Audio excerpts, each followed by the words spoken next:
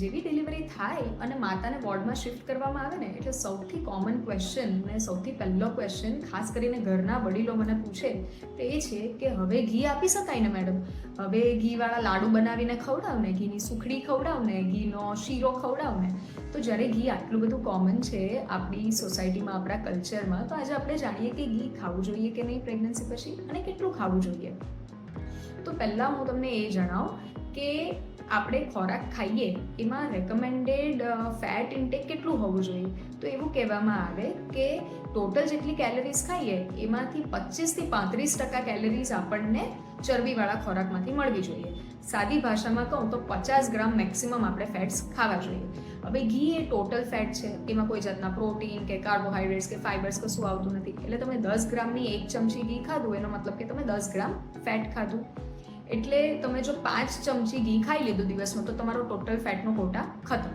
પણ આપણે એ સમજીએ કે આપણને અધરવાઇઝ આપણા ડેલી ડાયટમાંથી પણ ઘણા બધા ફેટ્સ મળતા હોય છે. જેમ કે આપણે તેલ યુઝ કરશું શાકનો વઘાર કરવામાં કે બીજા ખોરાકમાં તેલ નાખશું, ઇવન દૂધ પીએ એમાંથી ફેટ મળે. તમે કંઈ પણ ખાઓ માઇનર અમાઉન્ટમાં ફેટ તો બધામાંથી આપણને મળતા હોય.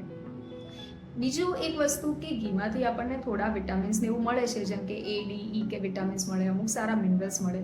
પણ એમાં સેચ્યુરેટેડ ફેટ્સનું કન્ટેન્ટ ખૂબ વધારે છે. સેચ્યુરેટેડ ફેટ્સ એ આપણા હૃદય માટે, આપણી હેલ્થ માટે સારા નથી. તમે 10 ગ્રામ ઘી ખાશો ને તો 6 ગ્રામ એમાંથી સેચ્યુરેટેડ ફેટ્સ છે.